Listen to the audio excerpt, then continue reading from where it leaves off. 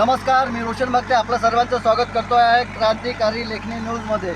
आज आपण आहे पारडसिंगा या गावामध्ये। पारडसिंगा गावातील स्मशानभूमी ते जीवनाचा पूल यामधील जी नद जी आहे त्या नदीचं शुद्धीकरण आणि स्वच्छता अभियान ग्रामपंचायत पारडसिंगाकडून सुरू आहे।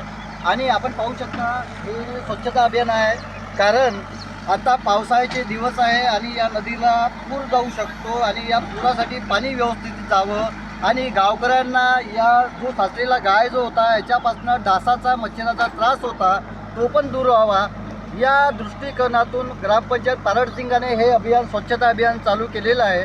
आपल्यासोबत या ग्रामपंचायतचे उपसरपंच शरदजी बेलसरे आहे। आपण त्यांच्याकडून जाणून घेऊया की कसली ही योजना आहे आणि काय हा विषय आहे। काय सांगाल शरदजी? नमस्कार अगोदर, काय सांगाल या विषयाबद्दल? आपल्या गावात जीवना नदीचा खूप म्हणजे पाण्यापासून धोका आहे आणि धोका असून आपण ते मागच्या वर्षी त्याचे खोलीकरण केलं। खोलीकरण करून सुद्धा पाणी जाम होतं, आपल्याला त्रास होत होता।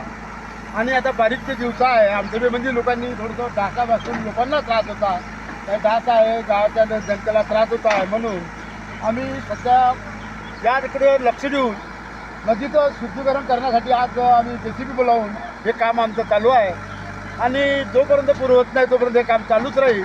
त्याचप्रमाणे पाण्याच्या दृष्टिकोनातून पूर गावात शिरणार नाही, पुराचा पासून कोणता धोका होणार नाही, त्यासाठी आम्ही काळजी घेतो एवढं बोलून मी माझे।